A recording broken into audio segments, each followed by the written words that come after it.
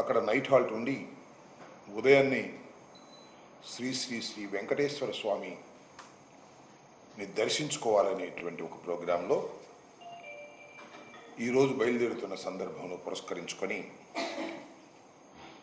రాష్ట్రంలో ఒక విచిత్రమైన పరిస్థితులను ఈ ప్రభుత్వం క్రియేట్ చేసేటటువంటి దీనస్థితికి దిగజారిపోయింది. ఒక మాజీ ముఖ్యమంత్రి దైవ దర్శనానికి వెళ్తున్నారని ప్రకటించిన తర్వాత రాష్ట్ర వ్యాప్తంగా ప్రకంపనలు సృష్టించాలనేటువంటి ఒక దురుద్దేశంతో అనేక రకాలైనటువంటి విషపూరితమైన ప్రచారాలు చేయడంతో పాటు అశాంతిని క్రియేట్ చేయాలనేటువంటి ఒక దుర్బుద్ధితో ఇవాళ రాష్ట్ర ప్రభుత్వమే పనిచేయటం, ఆ రాష్ట్ర ప్రభుత్వంలో ఉన్నటువంటి 3 పార్టీలు కూటమి ఇదే విధంగా ప్రవర్తన చేయడం చాలా దురదృష్టకరం. తిరుమలలో జనసేన వారు అసలు మాజీ ముఖ్యమంత్రి ఎలా వస్తాడు, ఎలా దర్శనం చేసుకుంటాడు చూస్తామనేటువంటి మాట. భారతీయ జనతా పార్టీకి సంబంధించిన వారు హైదరాబాద్ నుంచి కూడా వచ్చి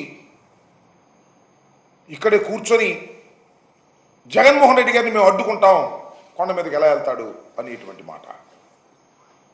తెలుగుదేశం మాట కూడా ఇదే మాట, అక్కడ ఉన్నటువంటి నాయకులు.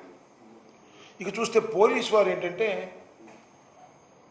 జనరల్గా నేను ఎప్పుడూ ఇంత విచిత్రమైనటువంటి పరిస్థితిని నేను తిరుమలలో చూడలా, రాష్ట్ర వ్యాప్తంగా కూడా చూడలా. ఏదైనా ఒక ఆందోళన జరుగుతున్నప్పుడు ఆ ఆందోళనని కట్టడి చేయటం కోసం నోటీసులు ఇస్తారు. ఇక్కడ ఆందోళన ఏముంది? జగన్మోహన్ రెడ్డి గారు దైవ దర్శనానికి వెళ్తున్నాడు, ఆయన కూడా ఒక 6-7 కలిసి వెళ్తున్నారు. It is an official announcement.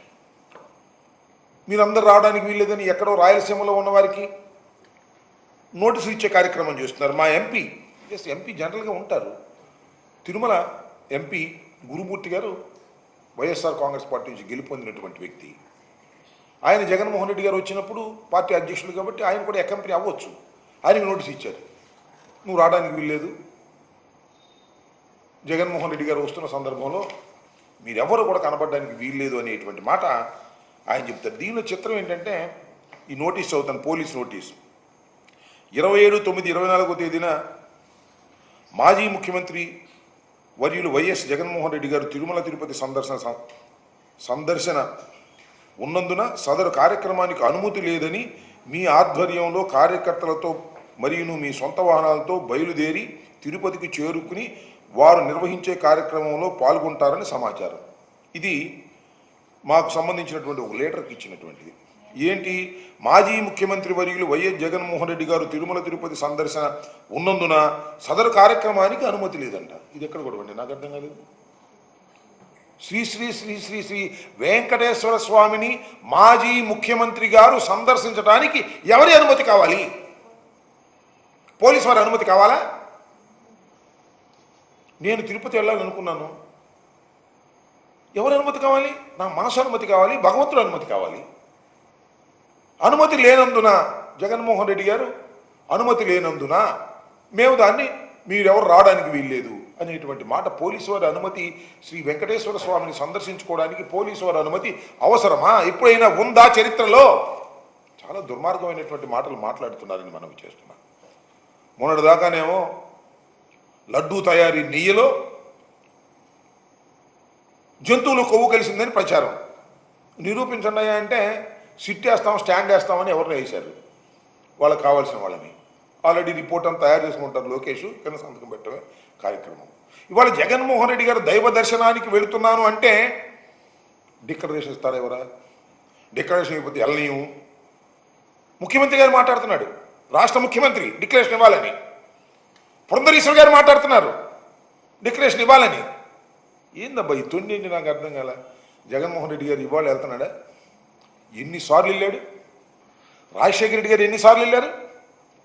ఒక ముఖ్యమంత్రిగా పట్టు వస్త్రాలు సమర్పించారే, రాజశేఖర రెడ్డి గారు సమర్పించారు, జగన్మోహన్ రెడ్డి గారు సమర్పించారు. ఇవాళ మీరు దీన్ని రాజకీయం చేసి వెంకటేశ్వర స్వామి దర్శనాన్ని, వెంకటేశ్వర స్వామి లడ్డూ ప్రసాదాన్ని రాజకీయం చేసి వాడుకోవాలనేటువంటి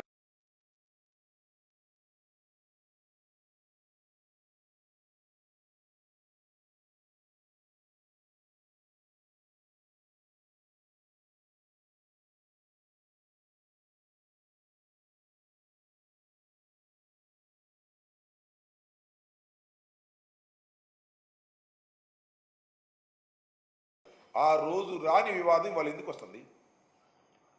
ముఖ్యమంత్రిగా ఉన్నప్పుడు వెళ్ళారు, సరే ముఖ్యమంత్రిగా ఉన్నప్పుడు వెళ్ళారు కాబట్టి మీ ప్రభుత్వం అండి అనవచ్చు. మీరు ముఖ్యమంత్రిగా ఉన్నప్పుడు కూడా వెళ్ళారు కదా, ఎన్నిసార్లు వెళ్ళారు ఇప్పటికి? ఇవాళ తొండాడే కార్యక్రమం, దీన్ని రాజకీయంగా ఉపయోగించుకోవాలనే కార్యక్రమంతో మా రాష్ట్ర వ్యాప్తంగా చాలా దురదృష్టం ఏంటంటే రాష్ట్ర వ్యాప్తంగా ఉన్నటువంటి మా నాయకులందరికీ నోటీసులు ఇచ్చే కార్యక్రమం చేస్తున్నారు. ఆయన ఇదిగో చూడండి, మా వైఎస్ఆర్సీపీ కార్యకర్త తిరుపతి, ఆయనకు నోటీస్ ఇచ్చారు సాక్షాత్ పోలీసు వారు వెళ్ళి. దాంతోపాటు పొద్దుటూరు ఎమ్మెల్యే గారు, ఎక్స్-ఎమ్మెల్యే గారు, ఆయనకి వెళ్ళి పొద్దుటూరులో నోటీస్ ఇచ్చారు. ఏమి తిరుపతిలో జగన్మోహన్ రెడ్డి గారు దైవ దర్శనం చేసుకోవడానికి వెళ్తుంటే వెళ్ళి మీరు పొద్దుటూరులో ఉన్న మా మాజీ ఎమ్మెల్యే గారికి మీరు నోటీస్ ఇస్తారు, పులివెందుల్లో ఉన్నటువంటి మా ఆయన పేరేంటి సురేష్ రెడ్డి, ఆయనకి నోటీస్ ఇస్తారు, సతీష్ రెడ్డి గారికి నోటీస్ ఇస్తారు, మిమ్మల్ని హౌస్ అరెస్ట్ చేస్తున్నామని అంటారు. ఏందబ్బా ఇది, నాకు అర్థం కాలేదు. ఎంత అగ్లీగా మీరు బిహేవ్ చేస్తున్నారు దైవ దర్శనానికి వెళుతున్నటువంటి జగన్మోహన్ రెడ్డి గారి పట్ల మీరు చూపించాల్సింది ఇదేనా అని అడుగుతా ఉన్నాను. రాజకీయం నుండి చూసుకుందాం, వేరే లడ్డు చుట్టూ, దర్శనం చుట్టూ, డిక్లరేషన్ చుట్టూ రాజకీయం తిప్పి మీరేదో బాగుపడాలనో రాజకీయంగా లబ్ధి పొందాలనో ప్రయత్నం చేస్తే దానికి మీరు తప్పనిసరిగా భగవంతుడు శిక్ష మీకు వేస్తాడు, ప్రజలు కూడా మీకు శిక్షిస్తారనే విషయాన్ని దయచేసి మర్చిపోవద్దని, ఇది దైవభక్తి ఉన్నవారు ప్రజాస్వామ్యవాదులు అందరూ కూడా ఇలాంటి చర్యల్ని ఏదైతే అరెస్టులు చేసి నోటీసులు ఇచ్చి నిర్బంధం చేసి 10,000 మందితో దర్శనానికి వెళ్తున్నారని రాశారు. దీనిలో ఒకదానిలో నాకు ఆశ్చర్యం వేసింది. 10,000 మందితో పోలీసు వారు ఇచ్చినటువంటి నోటీసు, 10,000 మందితో దర్శనానికి వెళ్తున్నారని తెలిసి 10,000 మందితో దర్శనానికి వెళ్తారు, నాకు అర్థం కాల. అన్ని ఏదో ఒకట కట్టు పురాణాలు కల్పించి ఈ విధంగా చేయాలనే ప్రయత్నం చేయటం చాలా దురదృష్టకరమని, దీన్ని ప్రజాస్వామ్యవాదులు, హిందుత్వవాదులు, లౌకికవాదులు అందరూ ఇలాంటి చర్యల్ని ఖండించాలని, చంద్రబాబు నాయుడు గారు దైవాన్ని సైతం రాజకీయంగా వాడుకునేటటువంటి అగ్లీ చేష్టలను ప్రజలు నిరసించాలని ఈ సందర్భంగా కోరుతున్నాం. ఓకే.